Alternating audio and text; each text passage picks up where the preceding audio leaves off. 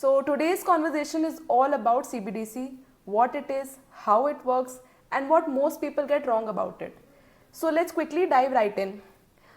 Can you tell us what exactly is a CBDC? Okay, so for everyone in India, if you are watching this podcast, uh, CBDC stands for Central Bank Digital Currency, and this is an instrument or the technology instrument which allows citizens to hold digital rupee in their wallet, which is issued by the Central Bank or Reserve Bank of India. We also call it as Digi Paisa, and what it does is it maintains the sovereignty and value of the fiat currency, and the legitimacy of the rupee is purposefully kept purely in the digital form, and it's not a new currency which people need to be thinking differently. It is just a new format. Right. So, but people are still confused when we talk about digital currency. How is it going to be any different from any other digital payment app that they use, like PhonePe or Paytm? That's a great question. I think first time when even I come across central bank digital currency, I also had the same apprehension. So the digital currency is in the digital format of the rupee. It should not be confused with the UPI, which is a rail, and GPay, PhonePe, BharatPay, or any other app which is a third party app. The third party apps, what they do is they help the bank transfer between person A to person B, person to person, or person to merchant.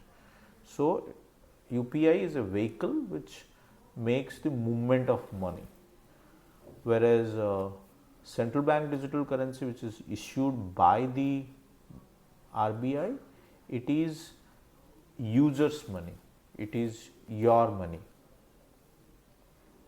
So that's the real currency.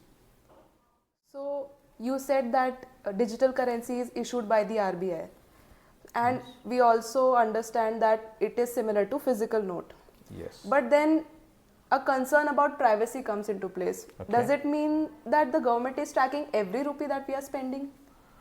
Okay, so technology wise, it can be traceable, but government is in favor of anonymity of the money.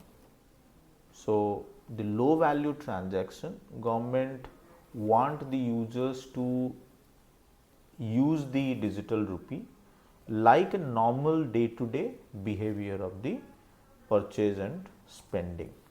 Uh, since the technology is built in such a way that it gives you the ability to uh, build a trustworthy digital network, okay, with public accountability, and government is not in the form of since it is a sovereignty entity which is Reserve Bank of India, they are not in the form of telling anyone else that okay, who is using how much money, or nor it is to advertise okay, who has used less or who has used more.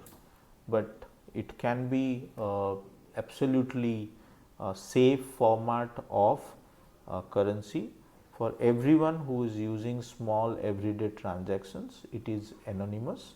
Large transactions that might go through a security check, like maintaining cooling period or making sure that it is not transacted without PIN or without OTP.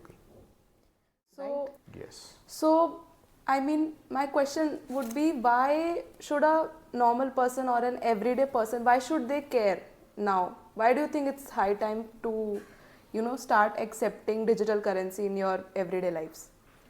So how it is reflecting in my life, right? Okay, when I'm using a third party app for my UPI transaction, I'm completely relying on the transparency, security of a third party app where my transaction from my savings bank is happening to the merchant's current account or to the person's savings account. Uh, Here it is bank's own app, so the application is owned by the bank, so there is no third party involved, so there is no mediatory where there is a issue. Second is, it is absolutely an alternative of UPI. So there are features like, okay, you can do offline transaction, there is no commission being charged, right? So it is cheaper for any transactions, any number of transactions to make. If you look at in UPI, I think 90% of our UPI transactions are small value transaction, and it creates a huge load on the UPI network.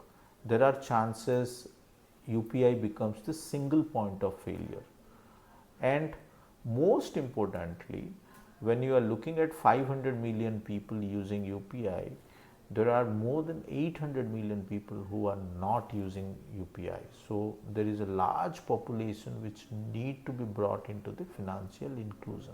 So bringing people into the financial inclusion is one of the biggest goal for the bank as well as the Central Bank of India, and making them using the digital format of the rupee in a mobile device.